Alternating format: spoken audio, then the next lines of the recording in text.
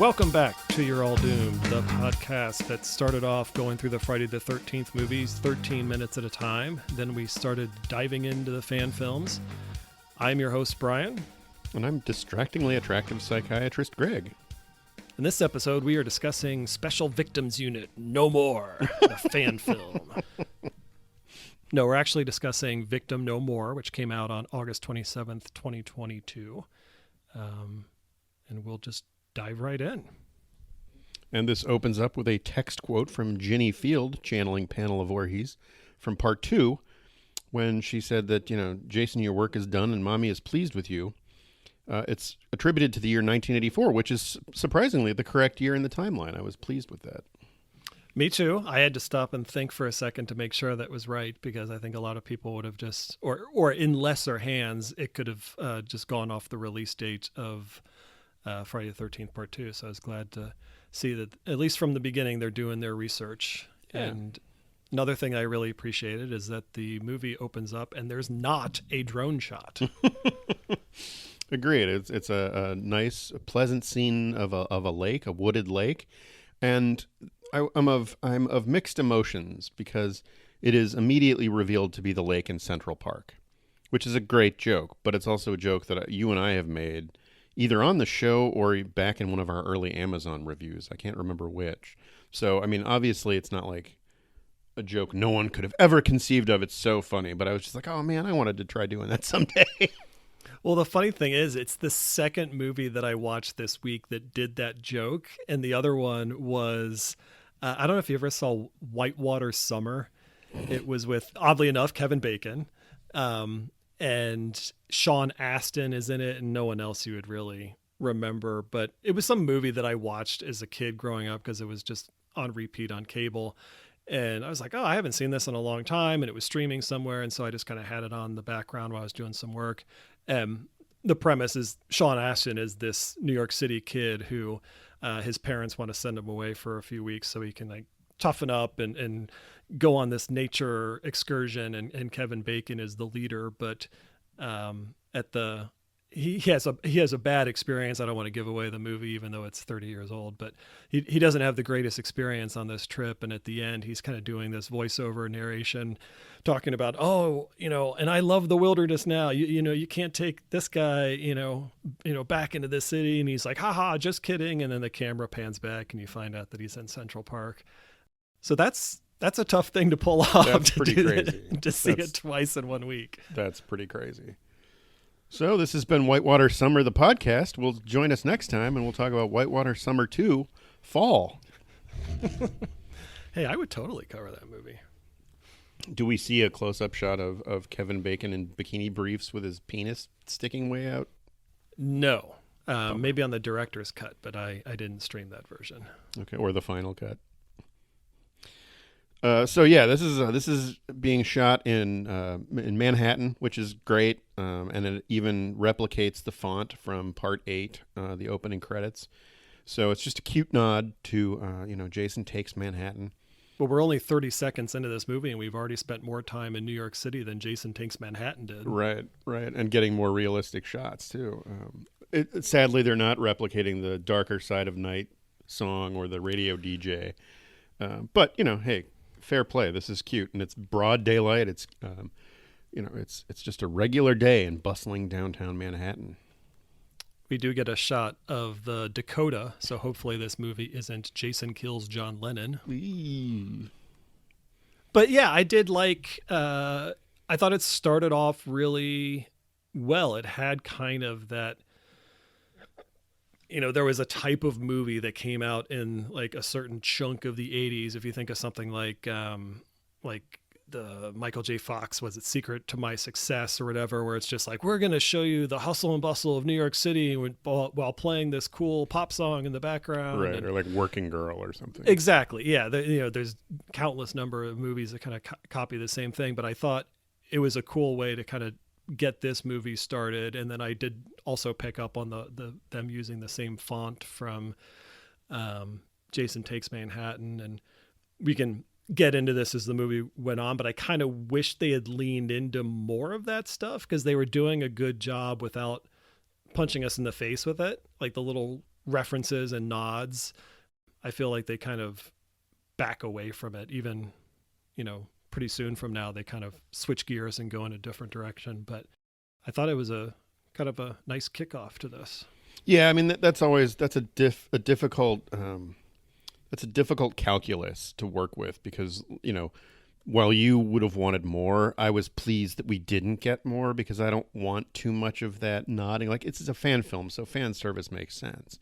But I tend to start rolling my eyes. It's sort of that same math that the Star Wars Minute guys talk about for Force Awakens, where they thought that holding up the training seeker ball was just like a little too much. If they had just like showed it laying in a box, that would have been more appropriate or something. So yeah, I mean, I'm happy to see stuff like this. I just don't want too much of it. Yeah, that's fair. The story picks up with this kid, Robbie, who is having a counseling session with a psychiatrist, psychotherapist, talking about his panic attacks and his anxieties.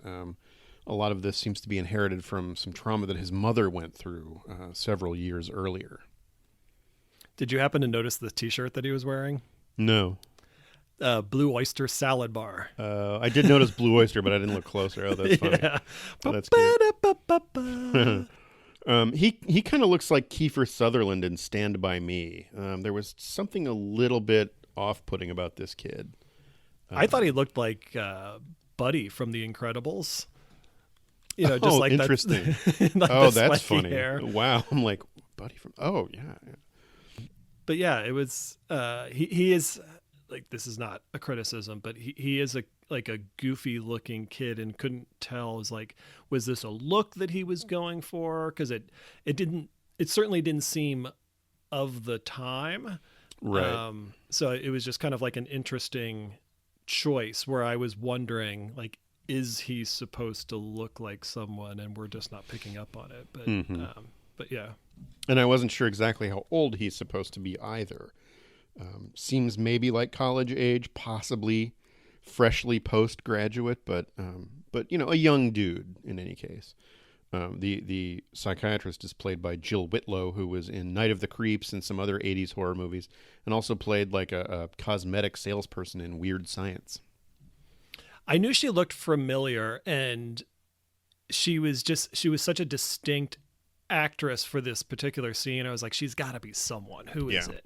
And when I was looking through her IMDb credits, that's the Weird Science one. Oddly enough, even though it's like an obscure character, I was like, I think that's where I remember her from. Now, granted, it's been a long time, but it's the first of many kind of interesting cameos in this movie. So there's one in particular that I'm curious to see if you pick up on. So I'll leave that for the end, where it makes the most sense. Are you talking about the guy in the hockey mask? That's Jason Voorhees. I know. I didn't get. Oh, okay. Yeah. So he's Jason. He's the dude from all the other Friday the 13th movies. No, I thought he was like some sort of paramedic or something. No, or a pirate. No, we'll get into that later. But okay, yeah, that's definitely Jason. Wow, I need to reframe my whole understanding of this series. I love that everyone's solution to like these, how do I cope with this trauma? Every solution is to go back to Camp Crystal Lake. Like that's going to be some sort of cathartic experience. I mean, I guess you've got to get them there somehow. So yeah, the interesting twist with this one is you are dealing with the child of someone that was inflicted with trauma at Camp Crystal Lake, and I don't know if we've necessarily. I mean, retroactively, you can talk about grown-up Tommy Jarvis and how his family was affected, but he was affected too. So like he was a direct, participant in those events. But in this case, it's just like the son of someone, and we don't know who it is yet, that has had a pretty shitty time at camp apparently. And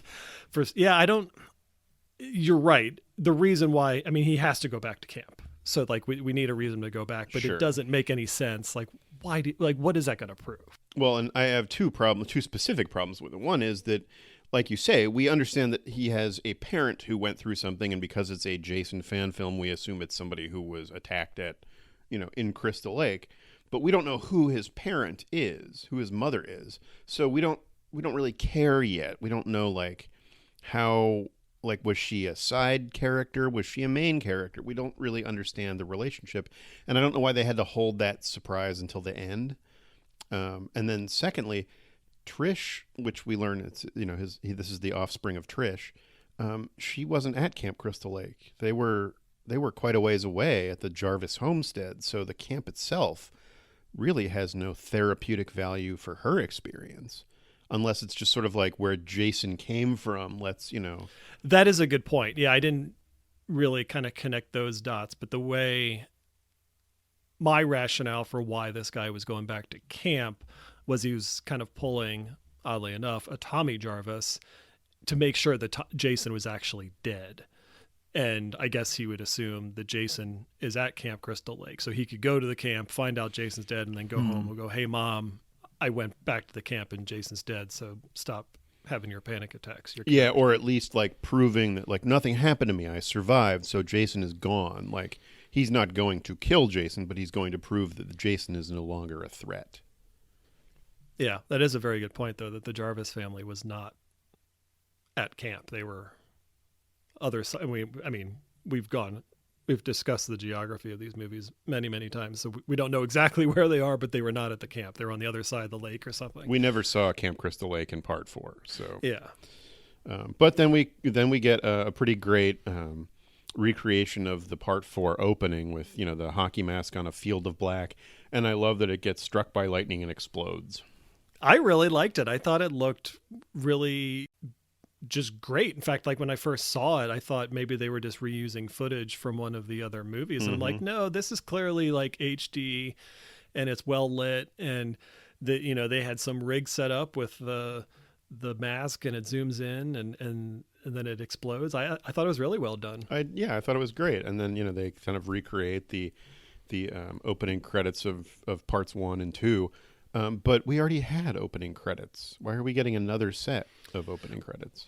So this is where I kind of had a struggle with them kind of like switching themes, because they open it up and it's kind of like Jason Takes Manhattan. You've got that font treatment, you've got that 80s music, and then you're right, we get this bizarre second credit sequence, but this time it's more like the classic first couple of movies, white text on black background, the music playing. And so I was like, well, now you're just kind of like picking from all different directions, and it's fine. Like it's the same universe, but I was just like, I wish they'd kind of just picked a lane and stuck with it. And I agree with it's that. Going to be the 80, Jason Takes Manhattan version, and that's what we're going to stick with.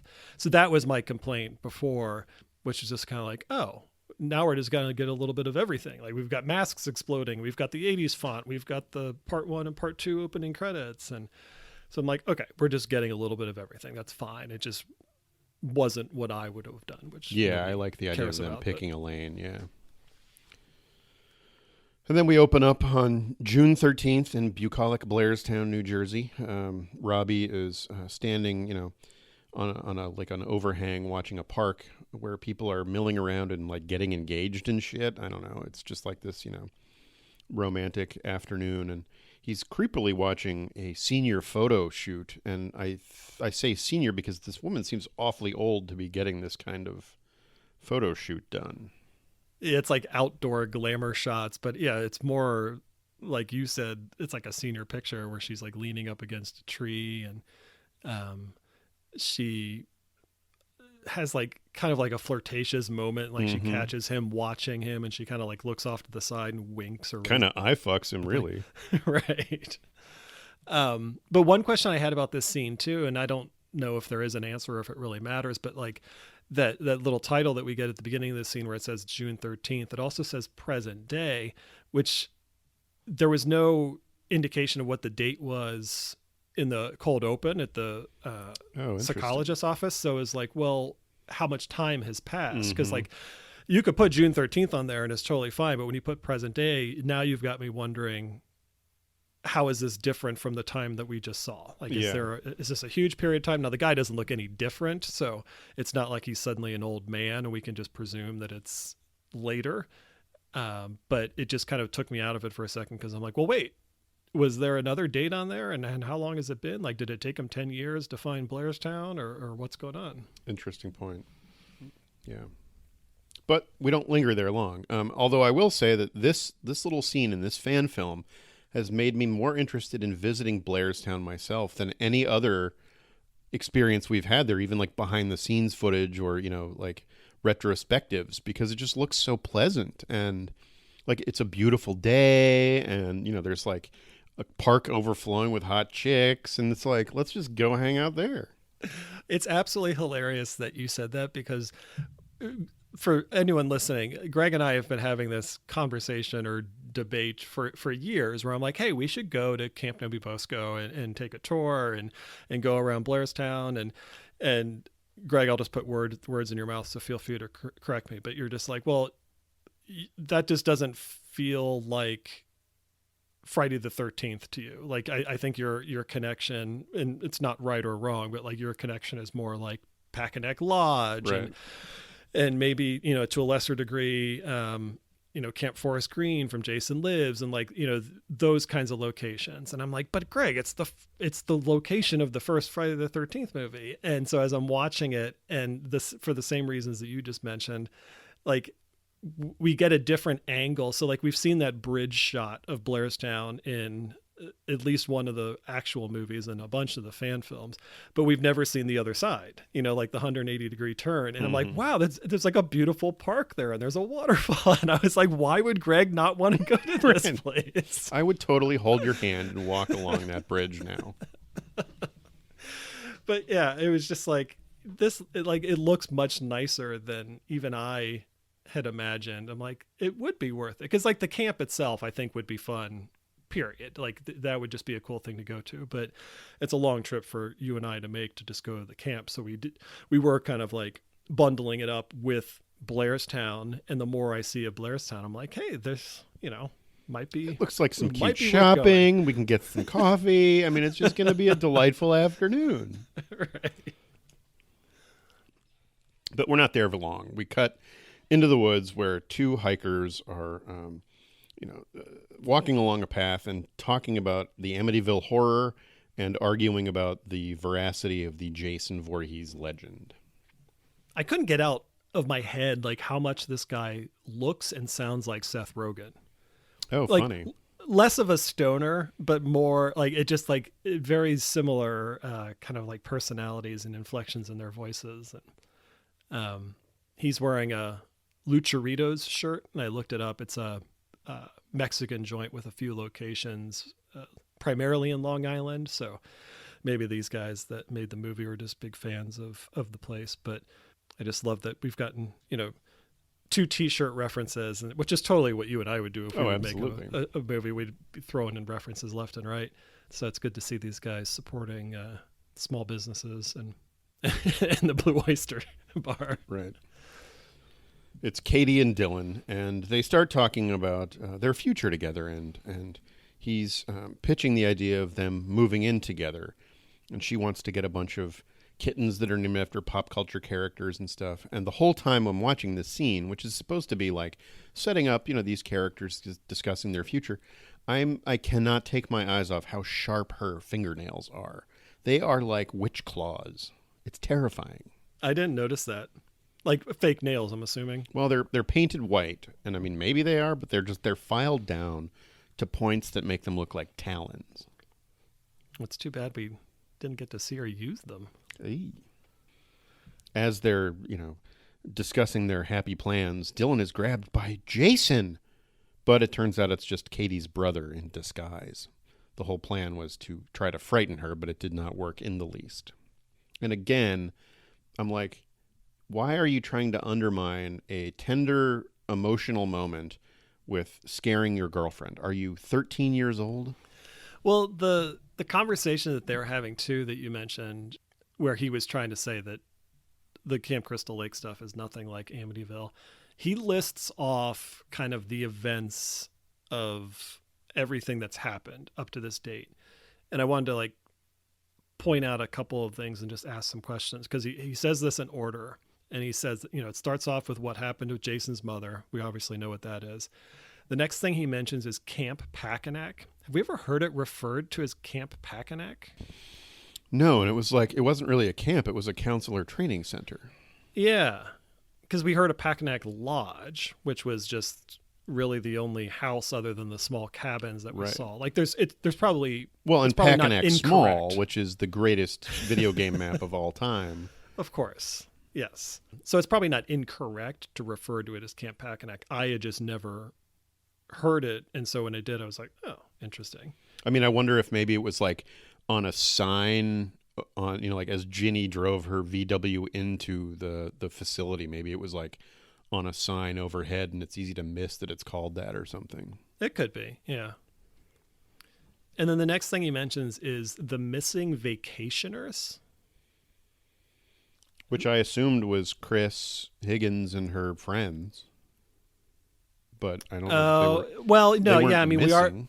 we are going chronologically. So yeah, that's why I was a little confused.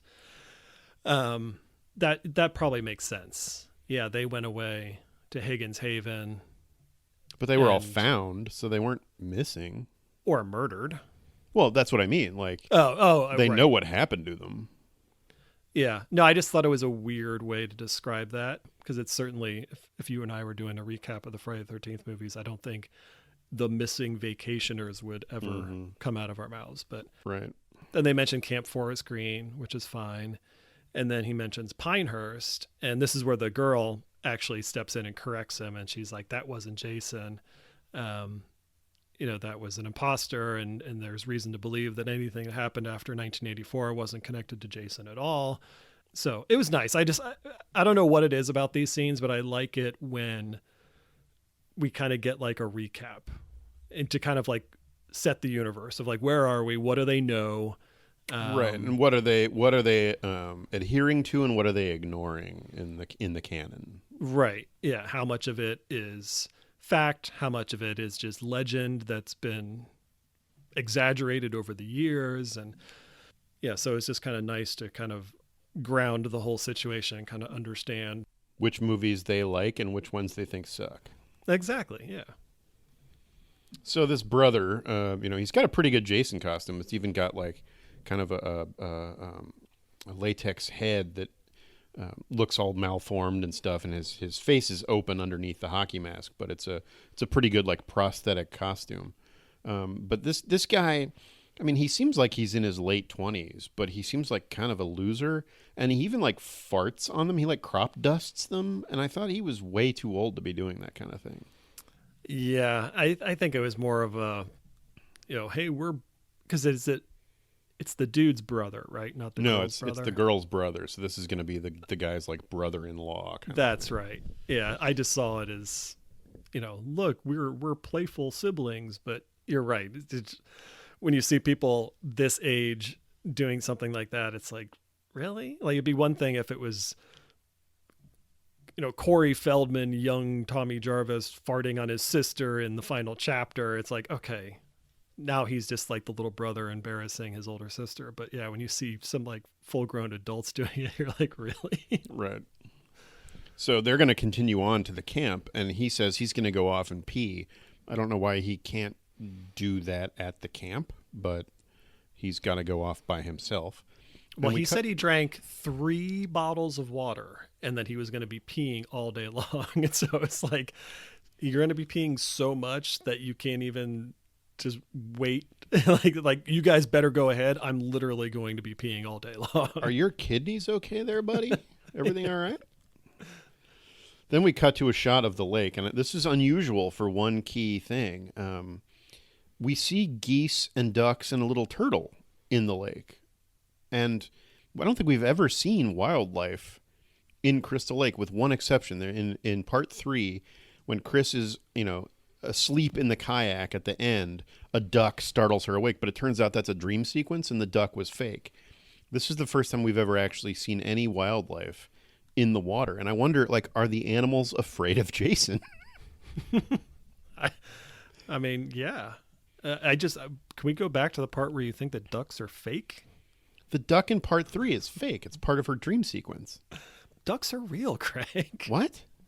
No, they're not. They're like dinosaurs. That's all made up. No, it is an interesting point. We don't see a lot of animals. You got Muffin.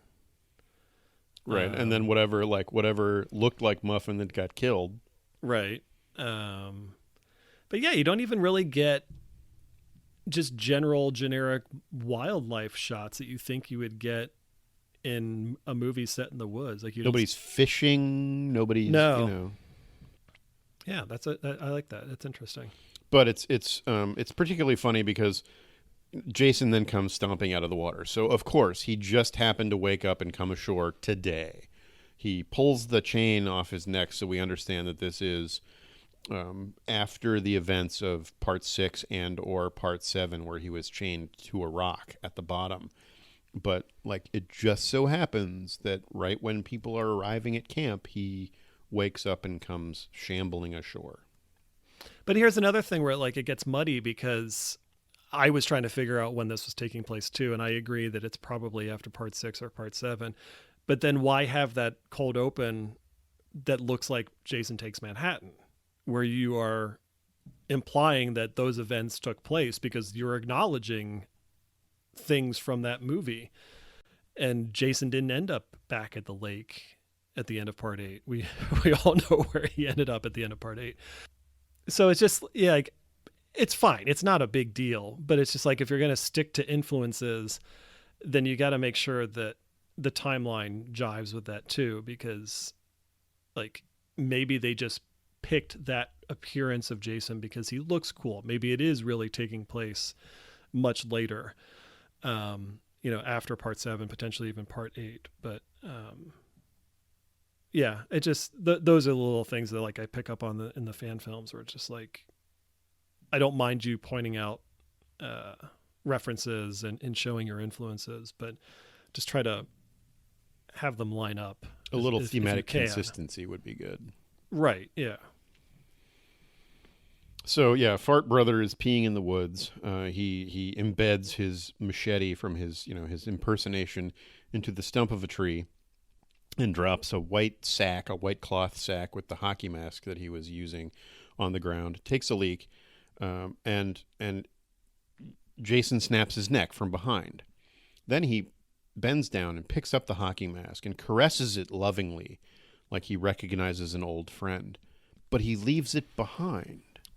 Yeah, and that's another thing where, I mean, we're probably getting into the weeds too much here, but like, this isn't the first time Jason has seen a hockey mask, right? Because we've established that he's been around. There's been multiple movies and he wore a hockey mask in it. So like, for him to look back or look at this hockey mask, he is probably looking at it longingly, like, oh, I used to wear one of these. But then was the decision like, oh, I wore a hockey mask for a long time, but I think I'm going to go back to being Sackhead Jason because that was my cooler look. I think that was more comfortable, so I'll probably just go back to the bag. Yeah, it's pretty hot out today, and yeah, I don't know. I just, if you're resetting things like with the reboot, and you have a scene like that where he has to consider either the hockey mask or something else, then like, that's fine. We're theoretically seeing it for the first time. But this is a reanimated Jason that's been around for a long time, and I just don't feel like that decision makes sense anymore. Like, he's just gonna, like, why would it be one of those two things that he has to choose from at this point? It's like, he could just take whatever he wants. But yeah, I mean, they probably only had one prosthetic latex head of Jason, and they used it for the prank. And so then if he looked exactly the same as that, it would be silly. So they're like, well, we also like Sackhead. Let's just use Sackhead. So it kind of solves two problems at once. Yeah, that's fine. My issue is that I don't think Sackhead Jason looks very good when it's a hulking dude wearing that. Like, even when it was in the reboot, I thought it looked weird. I like part 2 because even though Steve Dash was a big guy, he doesn't look like a Hulk. And I thought that the sack was scarier when it was on like a more diminutive silhouette. If the dude is too big, it looks like, Stone Cold Steve Austin with a bag on his head or something. And I don't like that. I completely agree. And my issue with it was I didn't like, and now this is just perception because of what we've seen Jason wearing, or the only time that we saw him wearing it in the past was part two. I didn't like seeing Sackhead Jason with a like decomposing new blood body. Yeah. It didn't, like, the logic didn't track because in part two, he was still like a primal woodsman. Yeah, he's like a little mountain man. Yeah, and he's just going to be doing something simple and resourceful, and so throwing a pillowcase or a potato sack or whatever it is over his head is going to make sense. Mm-hmm. And then as he becomes a more refined like killer and monster, then the hockey mask even evolved with the type of body that he was. But I completely agree with you. When I saw, it was just so disjointed to see like Sackhead Jason with this decomposing body with ribs sticking out and all that stuff. And again, like you said, the hulking body, it just didn't work for me as much. And I love Sackhead Jason. So yeah, it's an interesting kind of realization of like, oh, you can't just put a sack on a guy and be like, it's Jason. Right. Like there has to be some careful consideration put into it to make sure that like, does this all track? Like, does the outfit work from, As hat a whole, to shoes kind yeah. of thing? Yeah. Like, he's wearing like overalls in part two. And so that kind of works with a potato sack on your head, but a hockey mask is a little more like metal. And so he should be like dressed more like industrial in some way. And, the rotting bones and stuff work with that. But yeah, you can't really mix those two flavors very easily. Mm-mm. So Dylan and Katie arrive at the camp. She oddly leaves her backpack on the ground, takes out a few flashlights to go exploring, and that was like a little bit of business that I thought was going to come back later and pay off, but it doesn't. It was just very weird. Yeah, there's a couple of things that didn't pay off as much as I would hope. While this is going on with I don't remember what their characters' names were. I wrote down Seth Rogen and Plaid Girl. When they're at the camp, this buddy guy is off trying to find the camp, and he's having a very hard time finding this place for someone who has a cell phone. He's looking at a printed map, and he's completely lost. Meanwhile, the couple had no problem finding the place. But the car, I forgot to point this out earlier, I think it's a Chevy Traverse. I've been slacking in my car reveals recently, but I think that's what it was. But the license plate is GNY 7462. And I was like, I wonder if that's Ginny. And then I wondered if 7462 was Amy Steele's birthday. So I went straight to IMDb, and her birthday's May 3rd, 1960. So it's not it. But I just thought it was a little bit too much of a coincidence that like this movie that is going to be referencing things about Ginny Field, and the first three letters of the license plate are GNY. So I don't know what the 7462. Maybe it's her social security number. Right. The last four digits for her password. So yeah, I can't, I don't know what happened on July 4th, 1962. Maybe it's just a personal date for the filmmakers or something, but I was kind of hoping there was like a little fun reveal in there, and there wasn't. So much like dropping the backpack on the ground, I was like, oh, there was no payoff. It was just a license plate. I'm sure it's got some meaning, but it's going to be, so obscure for anyone but the filmmakers. You're right. Yeah. So while the couple is exploring the camp, Robbie is balancing on a fallen tree like he's 7 years old, and encounters a chain link fence that apparently surrounds Camp Crystal Lake. I'm curious as to whether that was put up after the murders or was there like all along to delineate the boundaries of the camp. But he finds a break in this fence and goes in, and there's a sign that I was like, oh boy, it's going to be a Camp Crystal Lake sign, but it's actually directing him along the south trail towards Crystal Lake, which was a nice change of pace for these fan films. Mm-hmm. As the couple is exploring some of the dilapidated cabins, they find a He-Man lunchbox, the contents of which frighten the guy. But could you tell what was in there? So I did a screenshot because he seemed much more shocked by it than I was, which was not shocked at all, because it was just hard to make out. And so I was like, well, if he was going to be that freaked out by it, we should have been able to see what was in there, because, or you just kind of do a different angle where like you don't see what's in it, you just see it freak out, And you so assume it's something awful. So yeah. right. So I paused it and took a screenshot, and there's a few things in there, but like, so on the top, it looks like a discarded Ziploc bag. And then underneath that is like a plastic fork.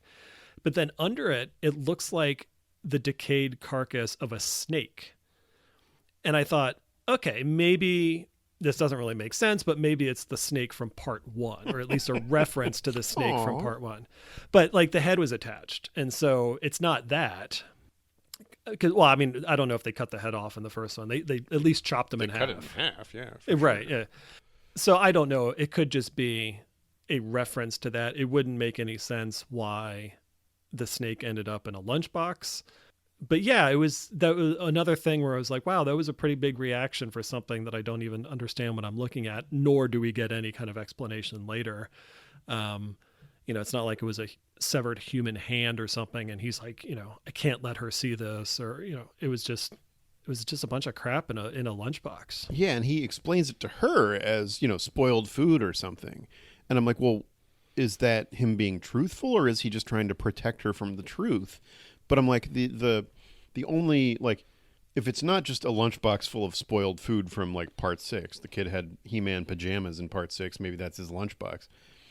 He wouldn't have had a snake head in it, but the implication would be that Jason left this there, and it's like, a hand or something, like you say. But I giggle at the thought of Jason walking around with a little He-Man lunchbox.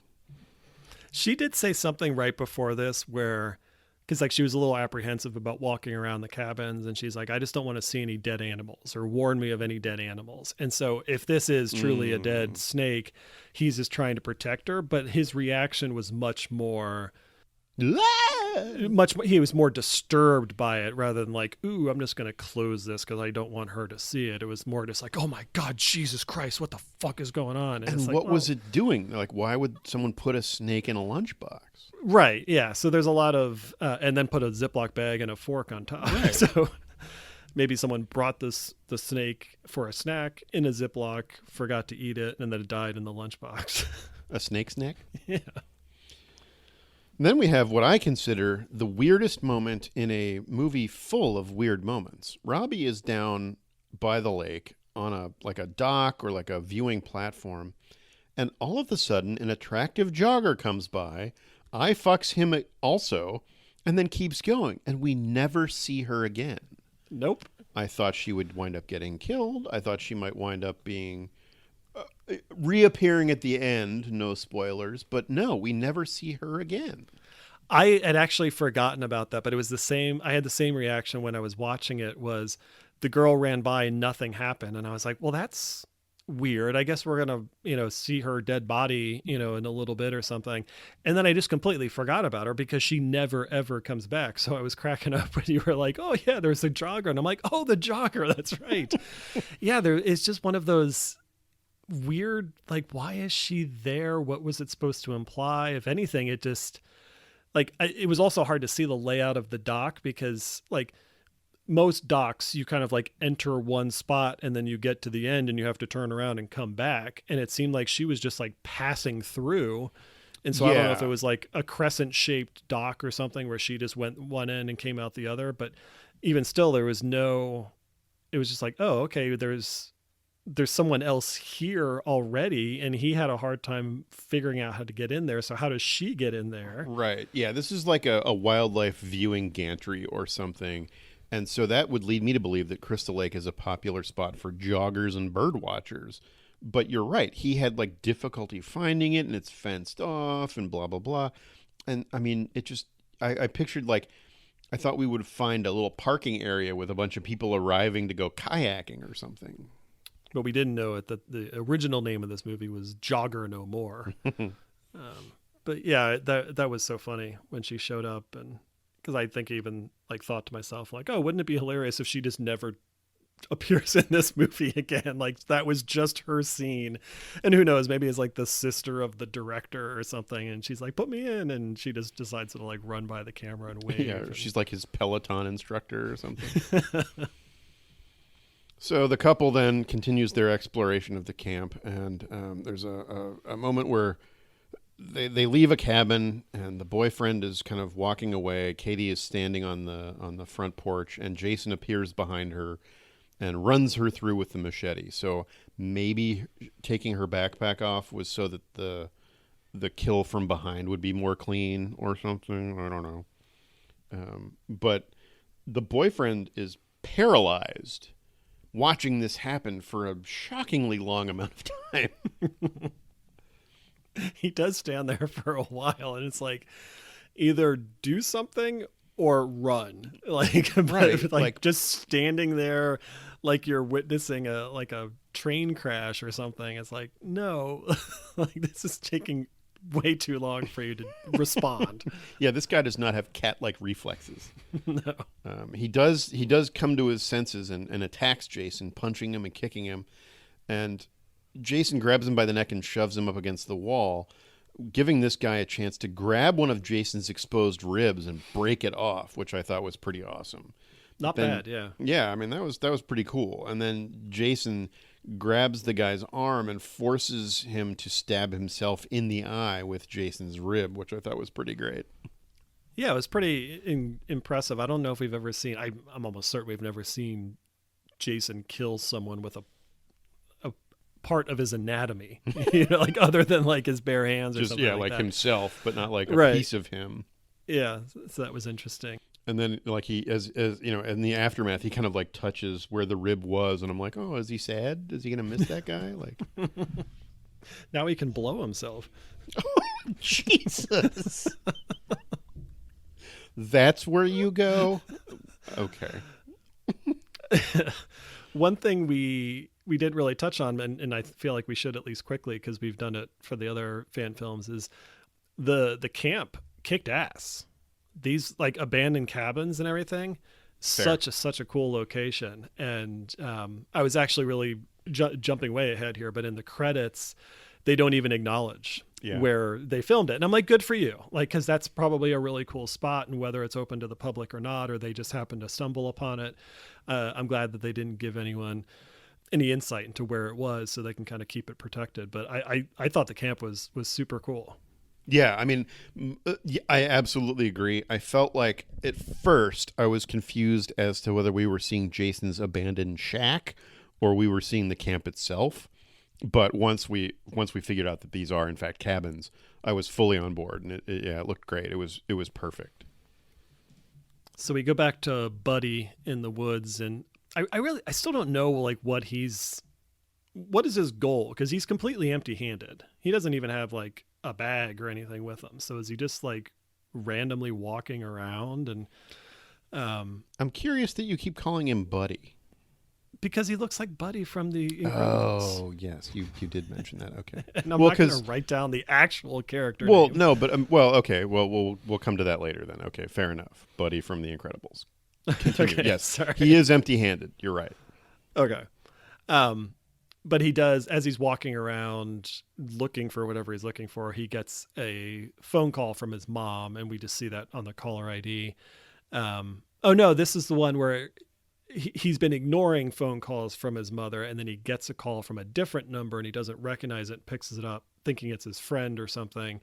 It's actually his mother tricking him, saying, look, you weren't answering my calls, so I'm calling from a different number.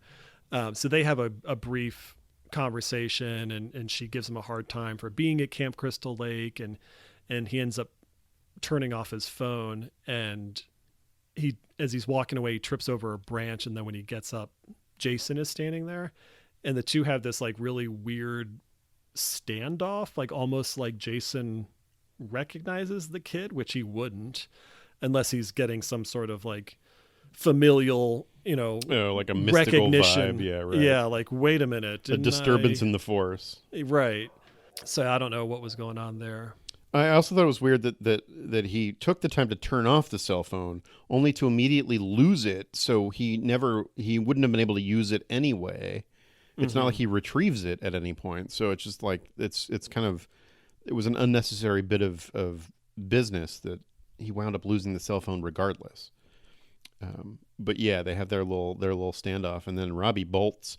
And I didn't compare screen to screen, but this first little montage of Robbie running through the woods, I I feel very strongly like they might have actually been mimicking shots of people running through the woods from part two, whether it was Ginny or the sheriff guy, the deputy. These compositions and motions that Robbie is doing look really, really familiar. And at some point, I want to go back and see if they did that.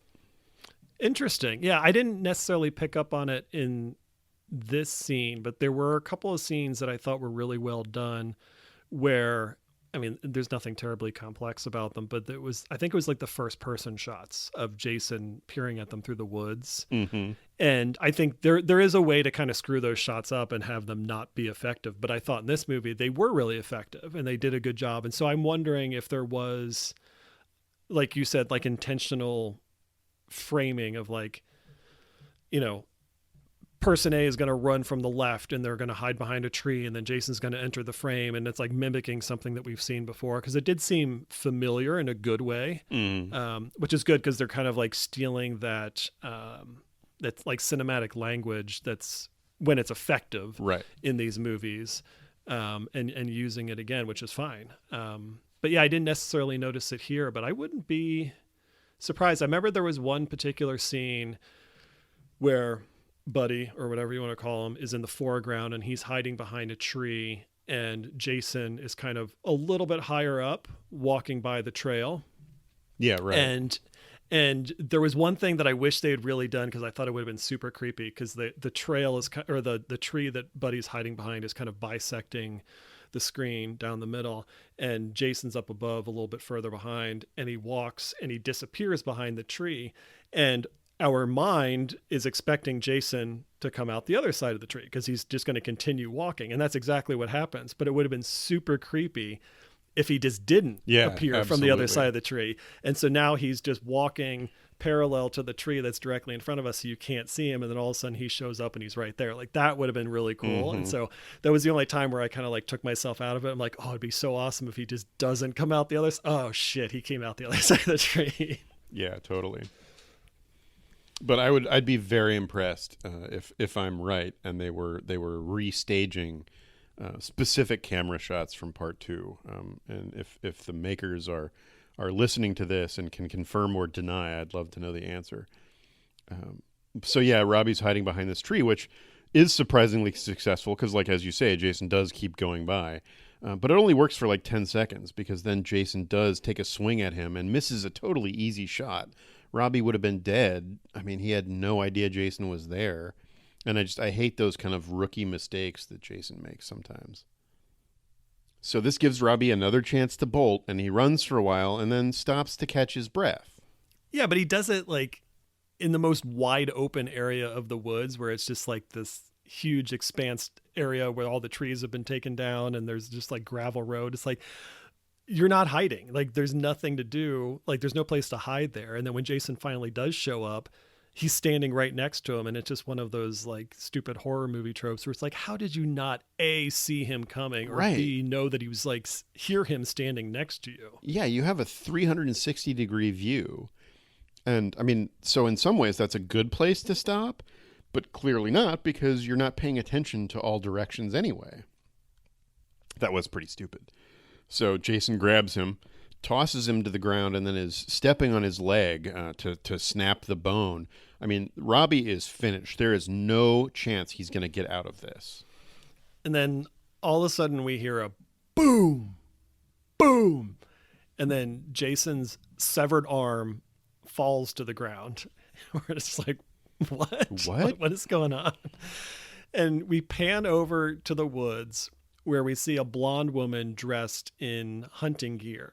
And not only is this Aunt Megan Jarvis from Jason Lives, but she's played by Catherine Mary Stewart. who people would know from The Last Starfighter or Weekend at Bernie's, which has the New Blood connection. Or the apple. Of course, the apple. This really caught me off guard because, one, I wasn't expecting any of this to happen. But when they showed the woman, I paused it and I was like, is that grown up actual actress that played Megan in Jason Lives?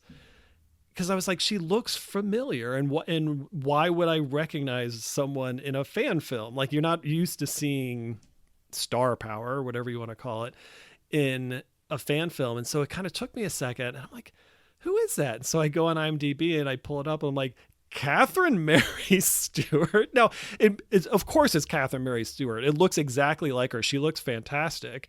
But it was like, if you asked me, like, okay, there's going to be this fan film and Megan Jarvis is going to show up and I want you to list 100 actresses who are going to play her, Catherine Mary Stewart would not be one of them. So it was more just like shock and awe of like, oh, okay, Catherine Mary Stewart's in this movie now.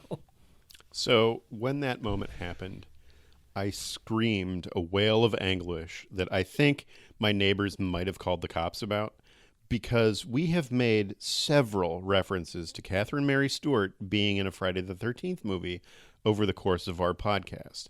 Vera from Part 3 is a very similar looking young woman. We speculated that, like, Catherine Mary Stewart was offered the part in past, so they got that person instead. We've even suggested that Catherine Mary Stewart should show up in a Friday the 13th movie at some point. So I'm like, no, they got to it first. Yeah. And it was agony. And plus, she was like deeply involved in this movie. She was like the second unit director and stuff. So yeah, and a producer, I think. And, yeah, so like she was really on board for this, and I'm just like, I'm glad it happened. Good for them for getting her. Good for her for jumping on board. I was so sad that door is now closed to us. I hate when I wish they probably tried to get back the original actress who played Megan. But if they couldn't, I wish they would just not have brought Megan back. I don't know. It's like, if you have to tell us the character's name and it's not recognizable as the same person, why bother doing it? Exactly. Yeah, it was more distracting. Like, it was more like, holy shit, it's Catherine Mary Stewart, rather than what the actual reaction should have been, would be like, oh my God, it's Megan Jarvis. Like, how cool is that? We haven't seen her come back in any of these movies. And right. I think she's got a cookbook with her. Oh my God. Right. Yeah. I think we established during the Jason Lives season, I think she retired from acting shortly after that and started some tea leaf business or something. But right. Yeah, there was just a couple of weird layers to this reveal where I'm like, I just didn't know how to react. It was like, do you want me to be surprised that it's Catherine Mary Stewart, or do you want me to be surprised that it's Megan Jarvis? Because those are two very different things. Perfect point. Either one would make me happy separately. Yes. They were piled on top of each other, and that was disappointing. That took a lot of the joy out of it. Yeah. And it turns out that Megan is leading a team of lady assassins who have come to put an end to Jason Voorhees, including the woman getting the senior photo shoot in the park. Yep. That took me a second to pick up on, but before I realized that in the credits they actually name all of these women, I decided to name all the women myself, or not name them, but like describe them, because there's a lot. Like, suddenly there's just like a dozen women that are just surrounding Jason, who's in the middle of this clearing. But you got someone that looks like Rosie the Riveter. You had a pink-haired punk. You got one woman that looks like she's going to go fishing. Another woman who's like camo chick. There was an urban commando. The badass tattooed girl, which I wondered if it was the flirty girl from the beginning, and I'm pretty sure we've decided it is. There is a MILF with a shovel. I'd like to have a little bit of a conversation with her. A Mortal Kombat girl, a suburban Karen, and a vest-wearing jerry can woman. But not a jogger. but not a jogger. Exactly. I thought as they started to do this slow reveal of all the women, I'm like, now we're going to know why the jogger was there. She was potentially even like scouting the area out before they do the attack, which Right. would have been kind of cool, but we never see her. So I'll go back to what I think about the character as once we kind of discuss what's going on here, because I don't want to, jump too far ahead. Well, one of them leads Robbie away to safety, and she says her name is Amanda Shepard, which I thought was weird because that was Tina's mom's name. So was this supposed to be like Tina's daughter? Was it just supposed to be like a reference? Like there was no, I don't understand what they were leaning toward with that statement. And then the rest of these women have like roller derby names. So yeah, it was weird that she has a specific, Christian name and surname that she blatantly says to the camera as though we're supposed to give a shit. Yeah, and that's one of those things where it was like, if you're going to make a reference like that, then you have to be a little bit more clear of who we're seeing. Because I didn't remember. I knew it was Tina Shepard. Like I knew that was her name, and I obviously knew that her mother's name was Mrs. Shepard, but I didn't remember it being Amanda Shepard. So when she said Amanda Shepard, I'm like, oh, is that someone we're supposed to be familiar with? And I went down the same road you did and discovered that it was Tina's mom. So it was like, well, based on the timeline that we are being presented, I mean, it says at the beginning of this whole movie, present day. So we have to assume that it's been a while since the events of New Blood. So it was like, yeah, it can't be Tina's mom.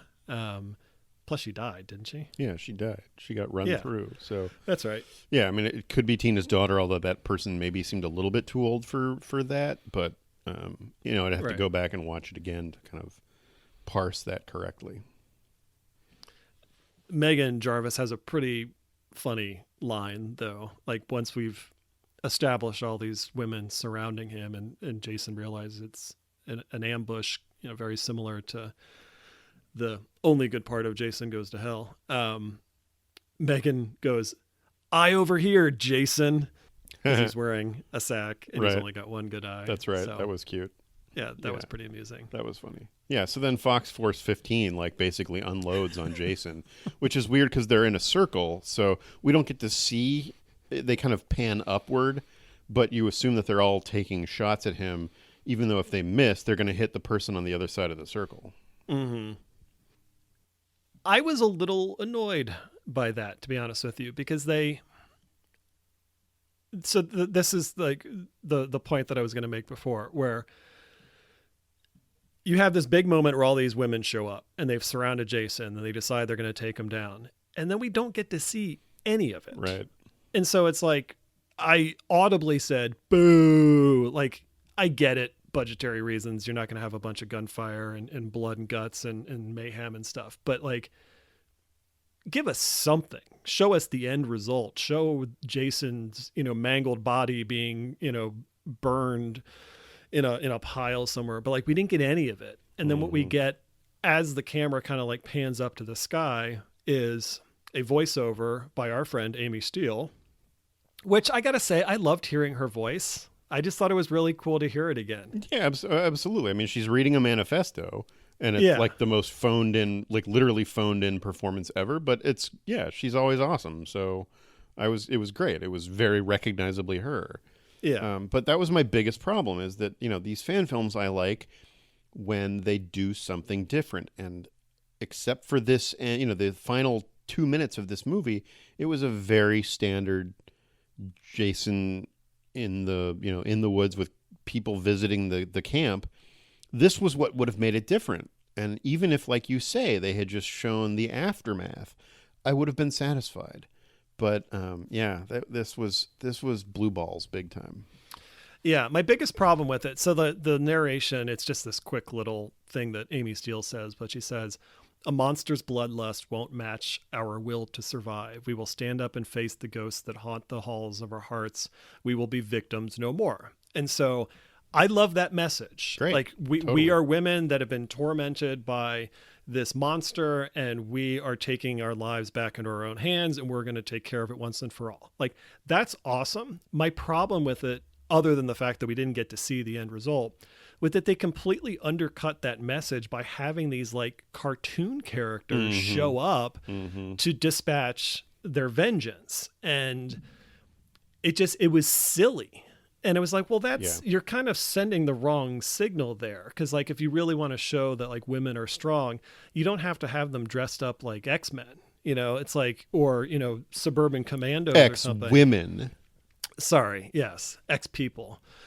So I just thought they kind of missed the point. Like that. I felt like they went for the laugh when what they should have done is like leaned into the sincerity of that mission statement that Amy Steele had, or Ginny, and saying like, no, we're not victims anymore. We're going to take matters in our own hands. But then it's like, oh, but we're going to dress up like total fucking idiots while we're doing it. Right. It should have just been ordinary women, not like fucking ninjas.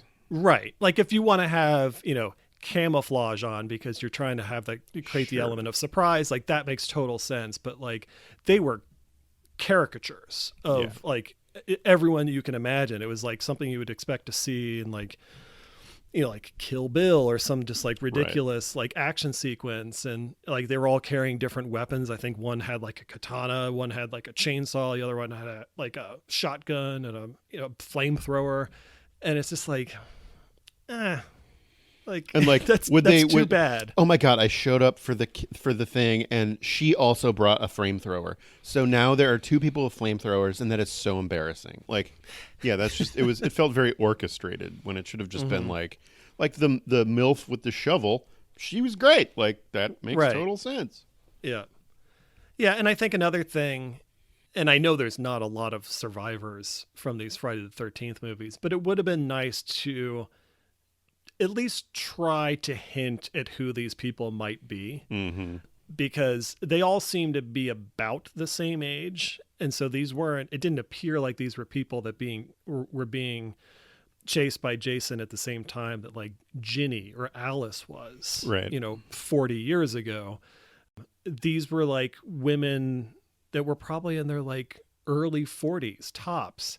So that would imply that there's like some pretty recent attacks going on, and without knowing what they went through, other than the fact that apparently Jason was the person, like I don't know, like I hate to say it, but I don't care. Because like, if it was like Amy Steele standing there holding a shotgun, you're like, fuck yeah. Like now she gets to come back and really finish the job and take care of Jason once and for all. Like those are things we're invested in, but these were just like, this is like the PTA, it was just like showing up and like, we're going to PTA at the Ren Fest. Right. Yeah. Yeah. It's a great idea, but the execution fell very short for me. Yeah. It was a shame. For the reasons that you said. Yeah. And then, after Amy Steele's telephone manifesto, Robbie gets a voicemail from his mom and we learn that it's Trish, Tommy's sister from part 4. And it is in fact, Kimberly Beck playing the part again. So that leads me into feeling really, really badly for the poor cuck who is Robbie's father, because she meets this guy, they fall in love, get have a baby together, and she names him after Rob, the guy that she met for a day and a half in part 4. Oh crap, I never made that connection. It's ridiculous. So I mean, maybe it's like a sperm donor or something, but I mean, if there's a guy that she had a relationship with, he thinks like, oh, I'm naming my son Robert, this is great, having no idea that it's for like her dream man. I wonder if she ever calls her husband and she's like, oh, I was talking to Robbie today and he's so frustrating. He's killing me. I didn't make the connection that, of course, yeah. Oh, that's pretty awful. Like that for the poor husband. So, honey, why do you want to name him Rob? Oh, I just I've like just always liked that name. Yeah. Yeah.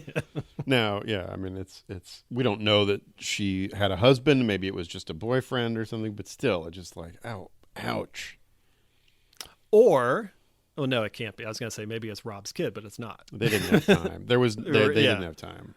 Yeah, there was no way they could have snuck off and done that. So then we have the end credits, which the song is "A Beat for You" by Pseudo Echo, which was the same band that Violet was listening to in part 5 in her room.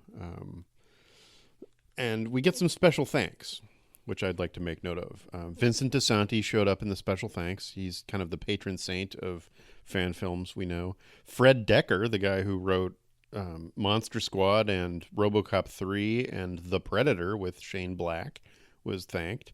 Sean Cunningham himself, of course. And Rusty from European Vacation, Jason Lively, was thanked, and in fact appears in a photo on the desk of the psychiatrist in the little tag at the end. They were in Night of the Creeps and other movies together, and so they must be, close friends or something. And so, yeah, fucking Rusty from European Vacation was thanked for this movie. That's hilarious because I just completely forgot to go back and check that out because I saw Jason Lively in the credits. I'm like, why does that name sound so familiar? And I'm drawing a blank, but there's another weird connection. I just watched a movie the other day, and I think it was Robin Lively's first movie. Karate Kid 3? No. It doesn't matter what Are they related? I don't know. Are they? I don't know. Now I want to find out. Well, they're both redheads. I mean, if not, because Robin Lively's Blake Lively's sister. Oh man, this is like a web of. This is like the Coppolas. There's like a million of them throughout Hollywood. I love that it's Rusty though. That's great. Russ.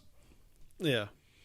And just further confirming that all these women who showed up are not necessarily people that we're supposed to recognize, that they do name all the members of the girl gang, and some of them are pretty funny. So you've got Amanda Shepard, who we mentioned. One's called Diana. So whatever, maybe it's Diana Prince. One is called White Cheddar. One is called Kitty.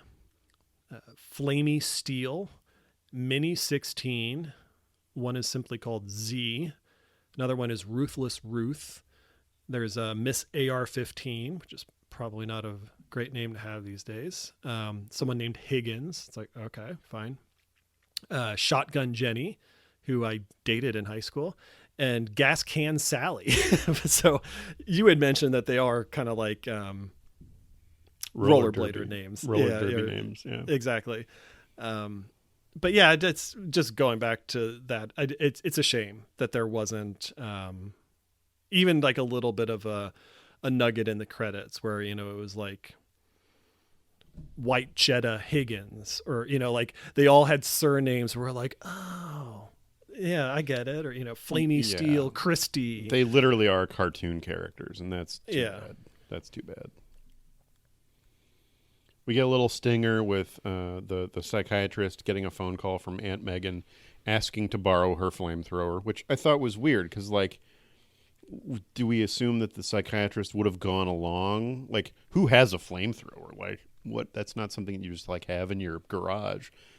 Well, my wife does to kill weeds, but, like, was the psychiatrist unavailable to go on this journey to kill Jason too? Or it just seemed weird to me. And the odds that they're going at the same exact time that Robbie was talking about going Right. is a little strange. So yeah, I think they could have handled that a little bit better too, where maybe. Well, I mean, I assume that it's like the psychiatrist let Megan know that Robbie was going to go through with this plan, like she was violating patient confidentiality in some way, and so then Megan called her back and was like, "Oh, can I borrow the flamethrower?" So she goes to make sure that nothing happens to her son, to her nephew, yeah, or whatever. Yeah, okay, right.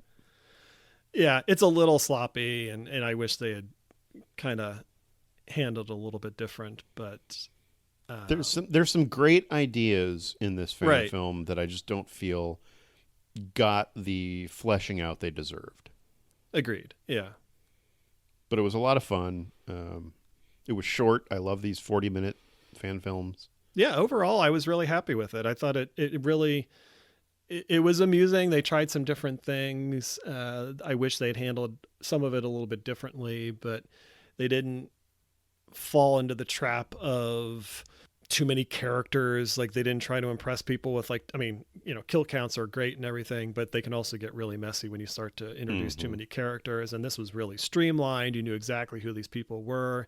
Didn't necessarily know what they were all doing there, but it was fine. Like they didn't really linger on any of their stories or make any of their stories so complex where like you couldn't justify why they're there. Like the couple, they were just there to check out the camp. Robbie was there to, close business or, put an end to things, whatever he was planning on doing. But it was streamlined. It moved quickly. I thought it looked great. And it's just a shame that they kind of chose to have like a different tone for the final showdown with the victims. Yeah. There was a lot to like here, but then there were some things that fell short for me. So next time we're going to wrap up our coverage of the fan films for the time being with Vengeance 2 Bloodlines. And then we have some other things in the works down the road. Yeah, we'll get into that at the next episode. But yeah, we're coming to a close with this first round of fan films before we take a break. So to find out what my roller derby name would be, Big Balls Brian, tune into the next episode of You're All Yikes. Due. It's not DJ BJ?